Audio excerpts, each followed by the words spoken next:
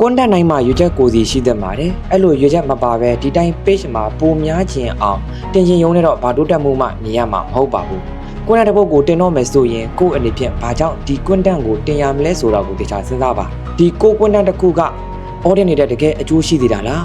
audience တွေကိုအပန်းပြေစီတာလားဒါမှမဟုတ်ကိုယ့်ပစ္စည်းကိုရောင်းချင်တာလားအစားရှိတဲ့မေးခွန်းတွေကိုတေချာမေးပြီးကွန်တက်တိုင်းကိုရည်ရက်ရှိရှိတင်ပါအဲ့လိုကွန်တက်တိုင်းမှာရည်ချက်တွေပါဝင်နေဆိုရင် audience အနေနဲ့ကိုယ့်လုပ်ငန်းကြားမှာ profitable ဖြစ်တဲ့ relationship တွေတည်ဆောက်နိုင်မယ် customer တွေရဲ့နှလုံးသားကိုအပိုင်သိမ်းထားနိုင်မဲ့ brand ID တခုတည်ဆောက်နိုင်မယ်ကွန်တက်တွေကပဲတင်လုပ်ငန်းကိုလူတွေပုံမြင်ပိုသိပိုဝယ်စေဖို့ကူညီပေးပါလိမ့်မယ်ဒါအပြင်ရည်ချက်ရှင်တွေနဲ့ကွန်တက်တွေပဲဖန်တီးတာမို့မလိုတာတွေမလို့ဖြစ်တော့ပဲအချိန်တွေ interview တွေအများကြီးတက်တာသွားပါလိမ့်မယ်ဒါကြောင့်နောက်တစ်ခါတင်ရက်ပေးသုံးဖို့ channel မှာပို့တစ်ခုခုတင်ဖို့စဉ်းစားတိုင်းဒီ post ရဲ့ရည်ရွယ်ချက်ကဘာလဲဆိုတာကိုတခြားစဉ်းစားပါအားလုံးအဆင်ပြေကြပါစေ